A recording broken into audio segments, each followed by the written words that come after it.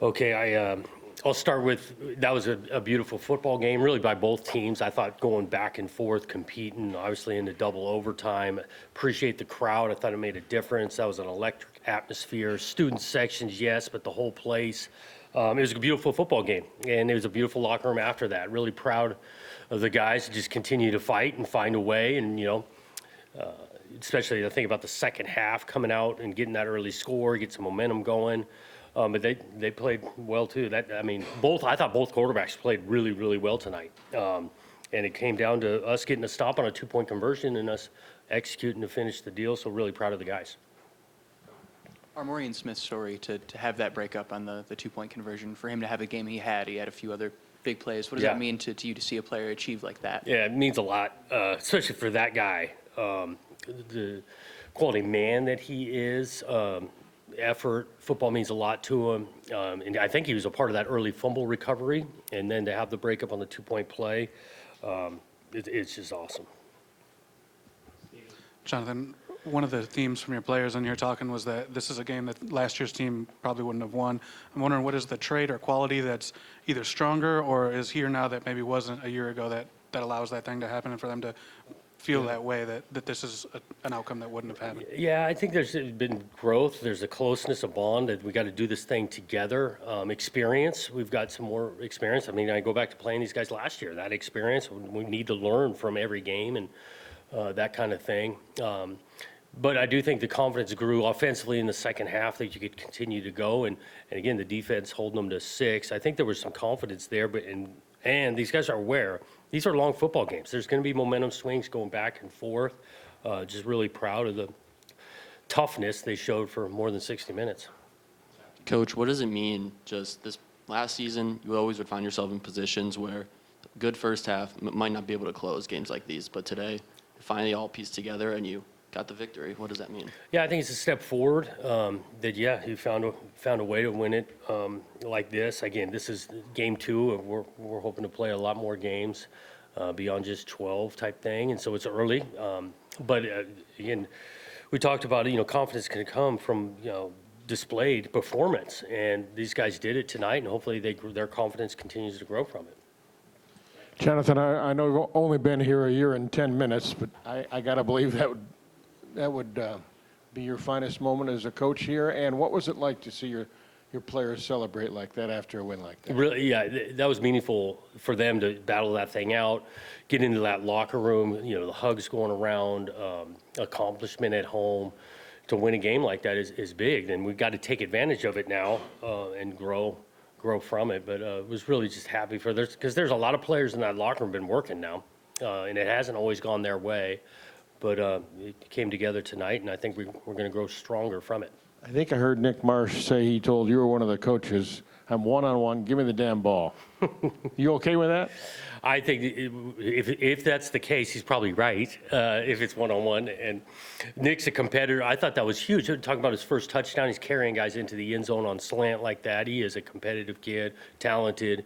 And so, yeah, we got to continue to find ways to get him the ball. I do like the fact we spread the ball out pretty well tonight, multiple guys touching it, and that helps an offense. Jonathan was wondering, you go into the halftime taking the knee, fans are booing because, obviously, the way it goes. How big was it to come out of the second half and score, kind of get a little bit of that momentum back and feel like you're more in the game a little? Yeah, it was big. And now some of the logic at the end of the half is that we were going to start kind of with the ball, but we needed to regroup, put together and execute it on the first drive, going to Nick on a deep ball and things. It's a 7-point game. At that point, we didn't know we had a field goal kicker that banged things through at 50 yards. But obviously, I'm always learning too out there on the field. Martin was huge. Jonathan, over here, how do you have a sense now after playing these guys and just how good you are in certain areas and where you're concerned? I mean, you talk about the kicker. That's something I think a lot of people found out about. Defensively, you don't maybe get to the quarterback and he has a good game.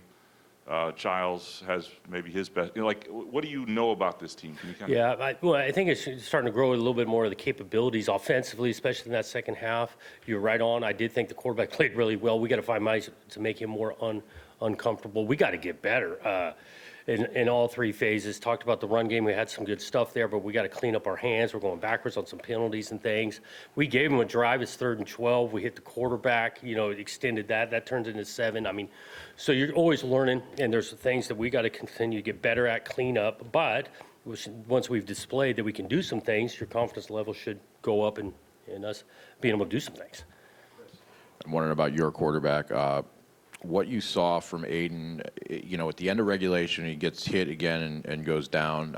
What were those conversations like on the sideline? And was there any conversation about whether he would go back in, or did he just tell you he was going back in? No, I mean, he goes down. He's out there. Obviously, the training staff is taking care of him. We're having conversations. I think you saw Alessio. He was out there getting a couple of snaps, being, if he needed to be ready. And then it turned into the overtime, and he was up in the huddle, and there was no other conversation to be made. Did you know his toughness was there with him? Or did you I do. I think the kid's really tough. I mean, mentally, all he does, how competitive he is out there. He's running, giving so much effort, extending outside the pocket, putting his foot in the ground. I know the kid's tough. Jonathan, you've talked about football being a game of imperfection. The fact your team had resiliency today, what does that mean to a team moving through the season? And what does it mean when you get unsung heroes, maybe guys like Alante Brown and huge. Connington coming in today? Yep, yeah, a bunch of names. Alante on the kickoff return, a couple of times. That was massive. I do think the resilience and then the genuine belief, true genuine belief, as this game goes on, then knowing that we can still win the thing in the fourth quarter. Hopefully, we've learned and gained confidence that we can do that. Now, does that help you going through a season now? Yeah, it's going to be, because there's going to be a bunch of games that are competitive like this. We know what kind of conference we're playing in, and these games are going to be competitive. Jonathan, can you give us some insight on your mindset, the psychology when you're leading your team into the half, when they're down, and what things were said or what kind of emotions took place to give you that kind of output when you came right back out? Yeah, I think the staff did a good job. We needed to regroup. I mean, at halftime, offensively, we needed more snaps. We needed to stay on the field, and then vice versa, defensively, we need to get off the field on 3rd down and stuff, and that's why halftime's important, to regroup, readjust. Coaches made some nice adjustments, got the group, and these guys aren't in panic mode at halftime. There's definite frustration, but not panic mode. Can you talk about how tough it was to stop Boston College's pass attack tonight and what Michigan State tried to do to make adjustments as you went? Yeah, they challenge you schematically too, because they're flooding the boundary some of the times that you don't get a lot of people doing that. Again, I think the quarterback, besides being accurate, he could go through a progression. He's not just throwing it to the first guy. He's going through multiple reads. I think 11's a really good player. Tight end caught the ball. He's a good player. Throw that along in with a coaching staff schematically. Those guys are really good. So all of that challenged us. I know on our end, we did miscommunicate a couple of times. You want the crowd into it. You want it to be nice and loud on 3rd down. Well, we weren't on the same page a couple of times, which we got to make sure that don't happen. I'm wondering, you mentioned about the miscommunications. It seemed like the 2 touchdowns early, there was some issues with 100%. Jordan.